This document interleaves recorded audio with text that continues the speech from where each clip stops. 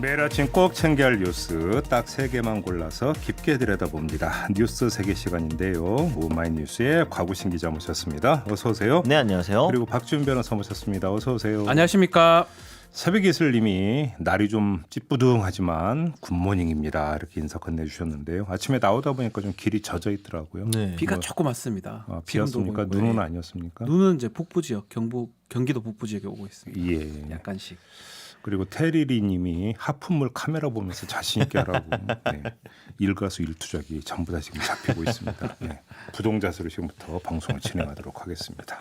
자, 첫 소식 전해주시죠. 네, 정기국회 마지막 날 본회의가 김기현 국민의힘 의원의 필리버스터로 종료가 됐습니다. 국민의힘은 공수처법 개정안에 이제 무제한 반대 토론에 나서며 합법적 의사 방해를 시도했는데요. 9일 자정으로 정기국회가 폐회하면서 김 의원의 필리버스터도 함께 종료가 됐습니다.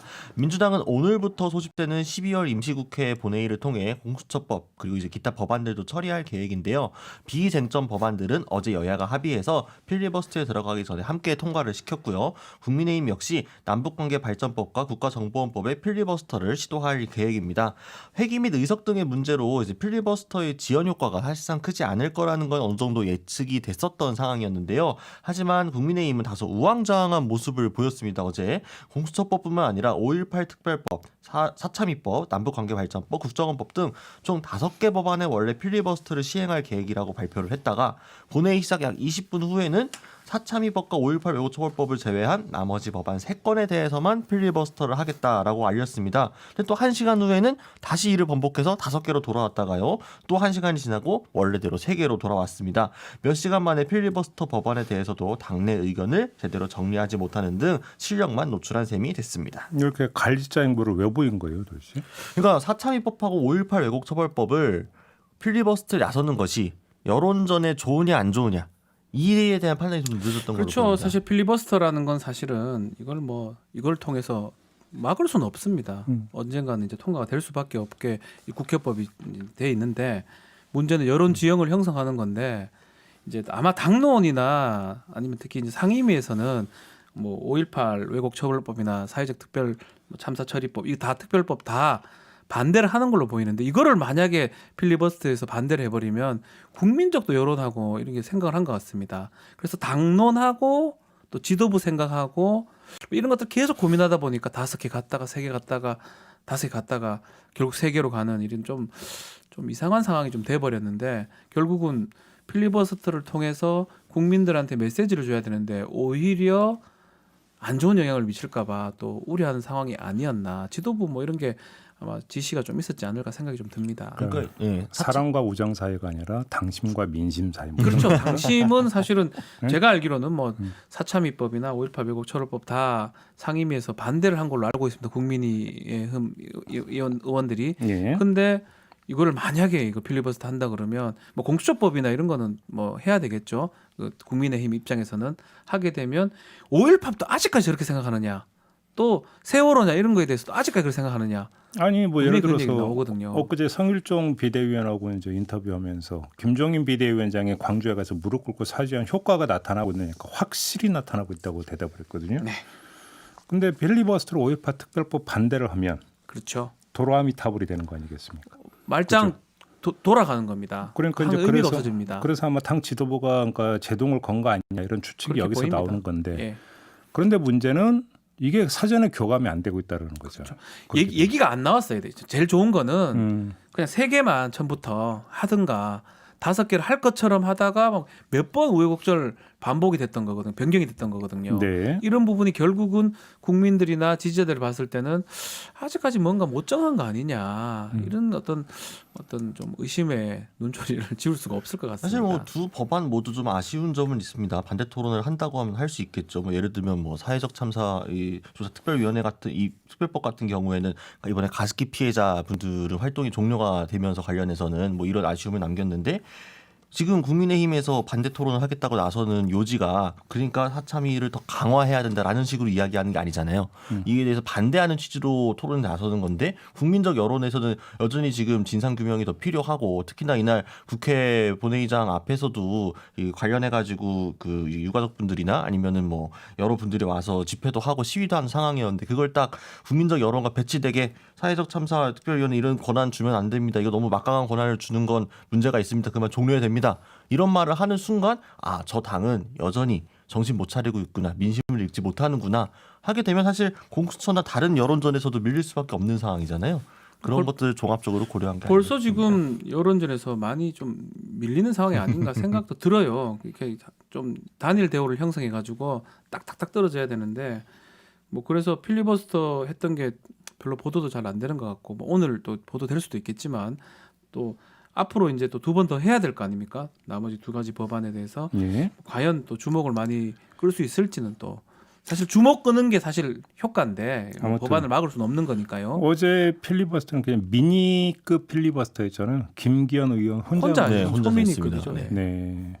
오늘 어떻게 될지 좀 궁금하네요. 네, 알겠습니다. 자, 다음으로 넘어가죠. 네, 김종인 국민의힘 비상대책위원장이 원래 어제로 계획했던 이명박 박근혜 두 전직 대통령에 대한 대국민 사과를 연기했습니다. 사과를 하겠다는 방침 자체를 철회한 것은 아니지만 이 필리버스터 등으로 여야 대치가 상당한 국면에서 당내 반발이 계속 나오자 좀 부담이 작용했던 것으로 보입니다. 앞서 김종인 위원장이 사과 계획을 구체화하자 당 내에서는 이를 비판하는 목소리가 잇따랐죠.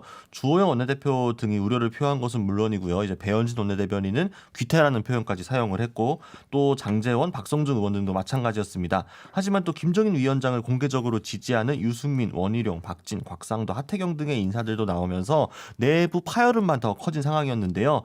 결국 김종인 위원장이 일단 이 사과를 잠정 보류하면서 갈등은 수습 국면으로 들어가는 모양새긴 합니다. 일단 당장 대여 투쟁의 힘을 모아야 하는 상황이란 점도 영향을 미친 것으로 보이고요. 또 김종인 위원장이 3선급 중진 의원들을 대상으로 면담을 직접 실시를 해서 설명도 했다라고 합니다. 하지만 김 위원장의 사과가 다시 도마 위에 오르면 그때는 또 어떻게 될지 알 수 없는 상황입니다. 그러니까 애당초 이제 9일로 잡았던 게 뭐 두 가지 의미가 있잖아요. 하나는 박근혜 대통령 탄핵소추안이 국회에서 가결된 날이기도 하고, 그렇죠. 그 당일이죠. 또 이제 문제는 정기국회가 이제 끝나는 날이기 때문에 네. 이제 겸사겸사가 됐는데 정기국회 상황이 이제 바로 임시국회로 이어가면서 필리버스터가 되고 있으니까 그런 상황을 고려하면 뭐 며칠 미루는 거는 뭐 충분히 그럴 수도 있다고 생각을 해요. 근데 다만 그게 일정상의 문제이냐, 네. 이게 이제 초점인 거잖아요. 결국 못하게 되면 어떨까 이런 생각을 좀 해봅니다. 지금 상황상 사실 만만치는 않은 것 같아요. 당내 반발이 좀 있기 때문에. 네. 그래서 만약에 이것을 지금 사과를 하기로 한 것을 연기한 게 아니고 뭐 더 이상 얘기가 안 나온다면 김종인 위원장의 리더십에 뭐 크나큰 타격을 좀 입지 않을까. 또 본인 성격상 잘 그만둔다고 옛날 민주당 때부터 그런 얘기 좀 했는데 네. 이 정도면 자존심에 큰 타격을 받을 수가 있는 거거든요. 뭐 삼선 의원들 만나서 뭐 했다고 하긴 하는데 이게 본인이 하고자 하는 거를 지금 못 하게 된다면 이거는 저는 좀 큰 상황으로 좀 되지도 않을까 생각도 좀 해봅니다. 어제 이제 김종인 위원장이 이제 긴급 비상의원총회가 끝나고 그 들어가는 길에 기자들이 붙어가지고 이 부분을 좀 집중적으로 물어봤었거든요. 근데 김종인 위원장이 침묵을 지키면서 특히 이 관련한 질문을 하는 기자에게 상당히 좀 불쾌한 듯이 눈빛을 쏘아붙여가지고 그 부분이 좀 화제가 되기도 했는데요. 또 레이저 나왔습니다. 네, 그렇습니다. 네. 그러니까 김종인 위원장 입장에서는 이 문제가 자꾸 불거지는 것이 오히려 좀 많이 좀 마음이 안 좋은 것으로 보입니다. 그러니까 본인이 어떤 처음부터 의지를 가지고 뭐 취임 초부터 이야기를 했던 거였고 지금 적정한 시기가 됐다고 본인은 판단해가지고 운을 띄웠던 건데 오히려 당내 반발은 커지고 또 지금 이야기도 그래서 언제 하느냐 마느냐만 가지고 집중적으로 나오게 되니까 본인이 원래 의도했던 이 대국민 사과를 통해서 국민의힘이 좀 달라지는 모습을 좀 보여줘야겠다. 그리고 또 본인이 보수 혁신 개혁의 아이콘으로 좀 자리 잡아야겠다. 이런 구상이 좀 틀어지는 모양새거든요.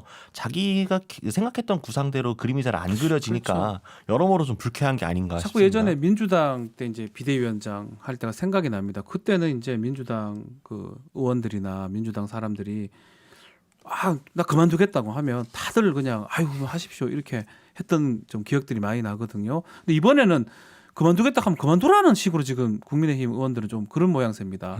그러다 보니까 이건 이렇게 할 수도 없고 저렇게 할 수도 없고 사실상 김종인 위원장은 본인이 이제 원하는 그림들은 있을 겁니다. 다음 선거를 위해서 그 그림대로 가려고 약간 윽박지르기도 하고 뭐 이렇게 해야 되는데 네. 그게 좀 안 먹히는 모양새가 아닌가 생각도 좀 듭니다.